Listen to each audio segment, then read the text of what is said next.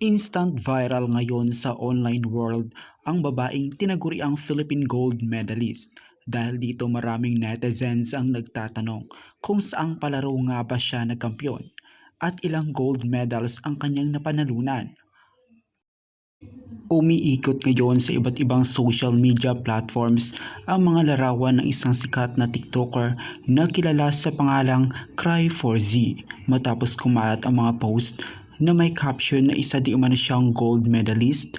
Dahil dito maraming mga netizens ang nagre-research upang alamin kung ano nga ba ang kanyang pinagmulan at kung saan na nagkamit ng nasabing parangal.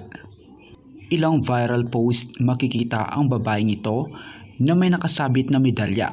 Gayunpaman, napatanong ang ilang netizens na hindi ko kumpirmado ang detalye kung ang mga medalya ay lehitimong pagkilala mula sa isang opisyal na kompetisyon o bahagi lamang ng content para sa social media. Talamak na ngayon sa iba't ibang social media platforms ang mga larawan ng babae na mayroong sensitibong video na patuloy na pinagpepestahan sa online world. Dahil sa diskusyong ito, lalong uminit sa social media kung ano nga ba ang totoo sa likod ng mga viral na larawan at video na ipinapakalat sa kasalukuyan. Hinihintay ngayon ng marami kung maglalabas ba ng opisyal na pahayag ang nasabing babae upang linawin ang mga katanungan at issue patungkol sa kanya.